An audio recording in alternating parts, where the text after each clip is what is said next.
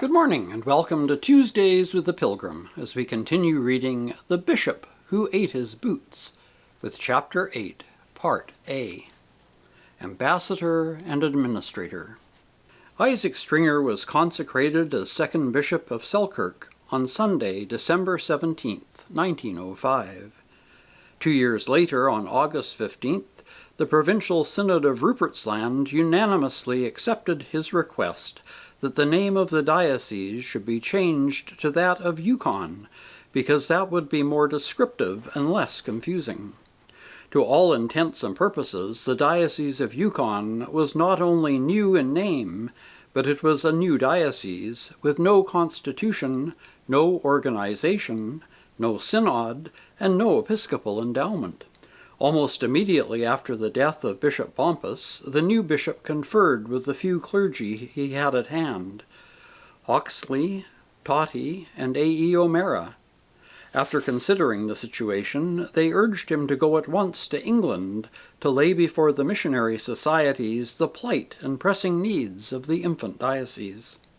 Until that time, the bishop's own intention had been to postpone such a visit until he had completed a visitation of the diocese. Now it seemed imperative that he should go to England as soon as possible.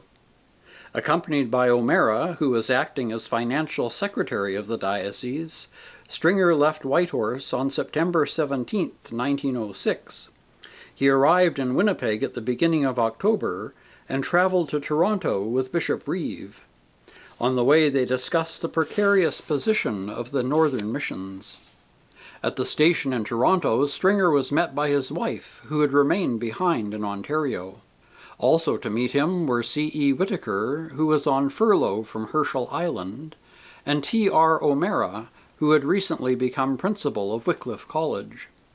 While in Toronto, the bishop completed arrangements for the journey to England and attended the meetings of the MSCC.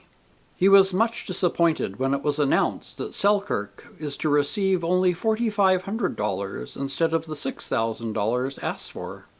A few days later, the Stringers went to Kincardine, where the children were to remain with Sadie's parents, the Alexanders, while their parents were in England. The bishop and his wife sailed from Halifax on the Virginian. It was their first visit to England, and they were interested and intrigued by the many differences and unfamiliar sights, and among them the diminutive railway carriages and the apparently slipshod way in which the passengers' luggage was handled. In London, they were met by their cousins Sophie and James Stringer, who had taken rooms for them at Gloucester Place. During the next 7 months, they were busy with deputation work, meetings, services, sermons, lantern lectures, interviews, and all other businesses pertinent to their mission. At the same time, they took advantage of the opportunities afforded them for sightseeing.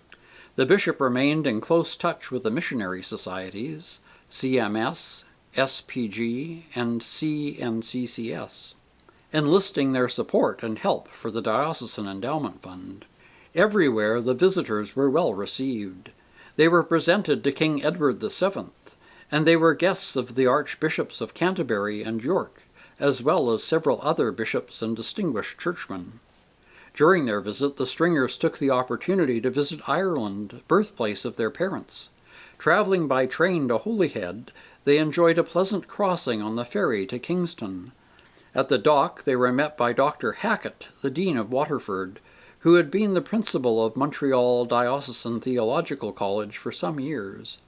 Also there to meet them were J.L. Darling, the incumbent of Mariners Church. They stayed with Darling and his wife, and that evening the bishop noted in his diary, quote, "First time I saw Ireland, the land of my forefathers," unquote. The next few days were taken up with services and meetings in the vicinity of Dublin, after which the Stringers set out for Rosera, where they were met by the rector, the Venerable R.B. Jones. A missionary meeting was held in the evening, at which Stringer spoke of his work in the Arctic. On the next day, Stringer's 41st birthday, they were driven to Kilmarry.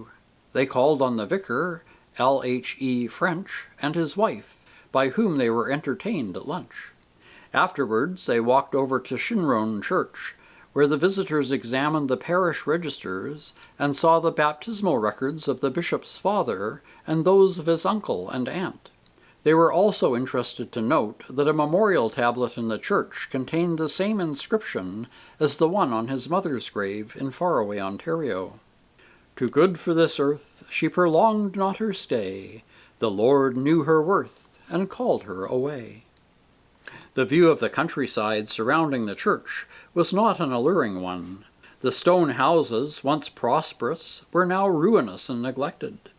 At Derrenclare, where the elder Stringers had lived, there was now only one Protestant family. Their remaining days in Ireland took them to Belfast for more services and meetings, and by April 25th they were back in London. At the beginning of July 1907, the Stringers left for Canada on the Victorian. They were both very tired, but felt that their labors had been well worth the investment of time and effort. On reaching Montreal, they traveled at once to Kincardine, glad to be at home once more, and happy and relieved to find their children well. This time they spent only a fortnight in Ontario. Then father, mother, and children set out to make their home somewhere in their new remote diocese. On the way they paused at Regina, Saskatchewan, for the bishop to take part in the proceedings of the Provincial Synod of Rupert's Land, where, as previously noted, the name of the diocese was changed from Selkirk to Yukon. Continuing their journey, they reached Carcross, where they were warmly greeted by church people and friends. Almost at once, the inaugural meeting of the Diocesan Synod, which the bishop had summoned to meet at Christchurch, Whitehorse, was held. The name Synod was actually a misnomer, since the body was not incorporated, nor did it become so during Stringer's episcopate. The meeting was a conference of clerical and lay representatives with no legislative powers, although the bishop always chose to act as though it were invested with the powers of a synod. At the first meeting held on September 10, 1907, those present were, in addition to the bishop, 4 clerical and 4 lay delegates. The Reverend John Hawksley from Carcross, the Reverend A. E. O'Mara from Conrad, the Reverend J. M. Cummin-Ching from Dawson, and the Reverend H. A. Cody, the biographer of Bishop Bompas, representing Whitehorse. Lay representatives were Major A. E. Schneider, Messrs. P. R. Peel and Isaac Taylor from Whitehorse, and W. D. Young from Conrad. Archdeacon Kenham wrote from Selkirk, regretting his inability to attend because of illness among the people of his mission. In his opening address, the bishop outlined the history of the diocese and paid tribute to the contributions made by the pioneer missionaries, notably Bishop and Mrs. Bompas and Archdeacon MacDonald. He also reported on the change in the name of the diocese and on the results of his own work during his recent visit to England. For the present, the episcopal stipend would be guaranteed by the MSCC, the Colonial and Continental Church Society, and the Church Missionary Society, on condition that an endowment fund be completed without delay.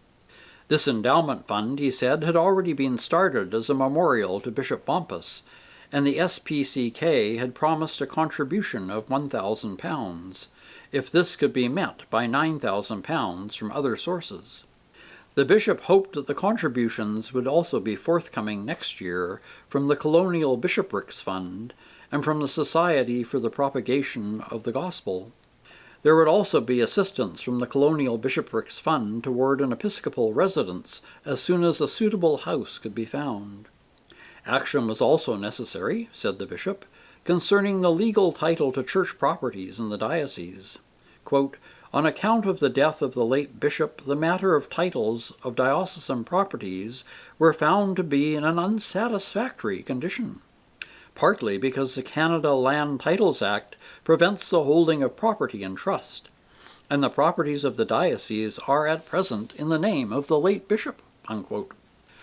Provision was needed either to enable a bishop to hold property in trust or to secure the incorporation of the diocesan synod. In either case, the bishop hoped that the synod would act as an advisory and consultative body. The solution was found along the first of these avenues, and the bishop became the trustee for diocesan properties. This was made possible by a change in the Canadian Land Titles Act secured by A.E. O'Meara. After the synod meetings, the bishop was free to consider the matter of an episcopal residence. The house at Carcross, which had been occupied by Bishop Bumpus, was little more than a shack, and quite unsuitable. Moreover, the new bishop felt that he should establish himself in some more central location. He came to the conclusion that, for the time at least, Dawson was a suitable place, and he moved there with his family. In Dawson there was a building formerly occupied by the Reverend Christopher Reed, and known as the Old Rectory, or sometimes as Ridley House.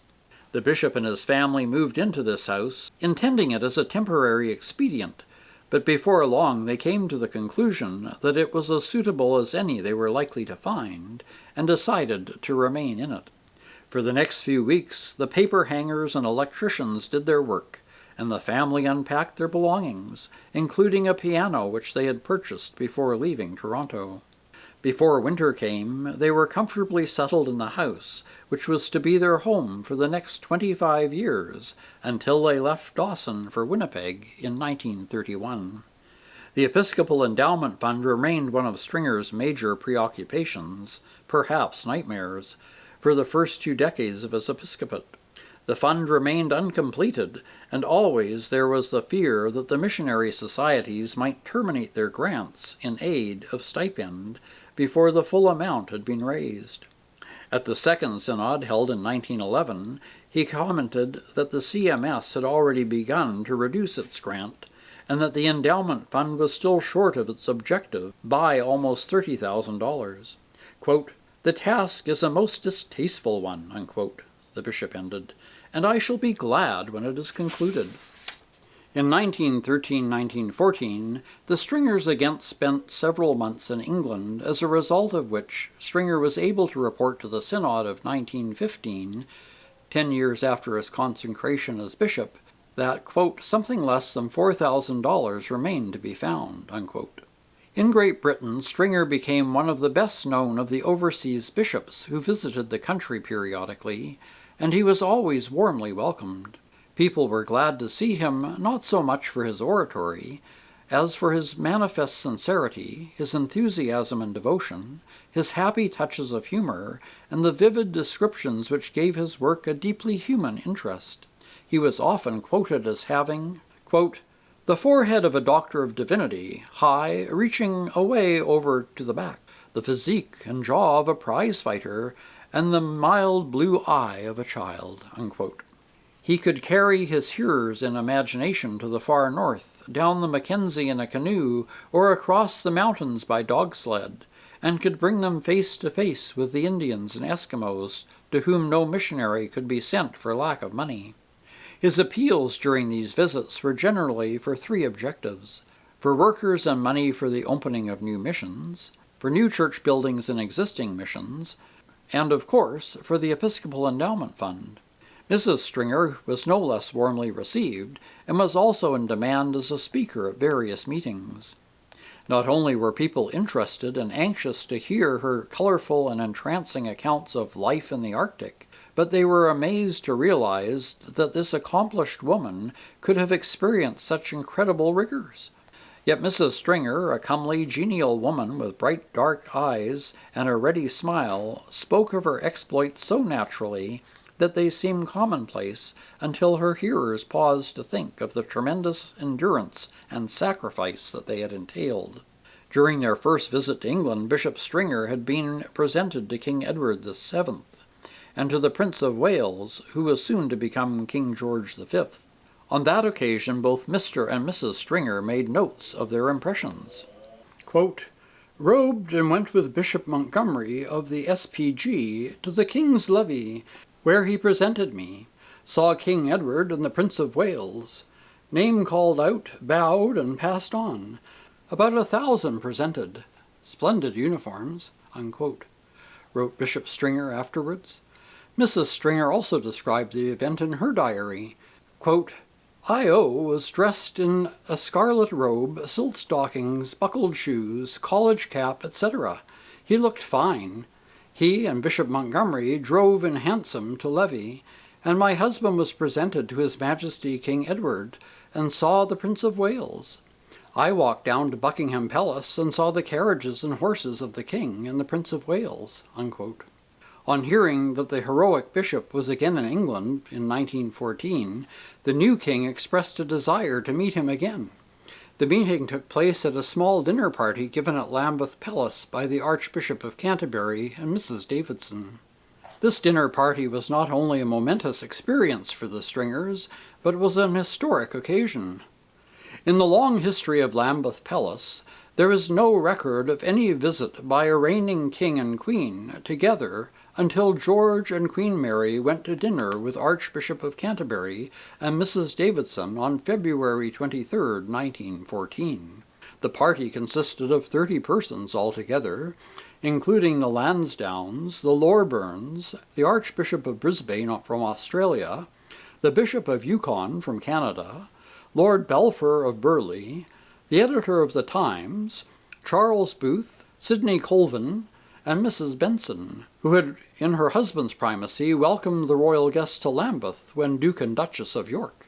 The Archbishop showed the King and Queen over the palace after dinner, and the evening ended with a short service in the chapel.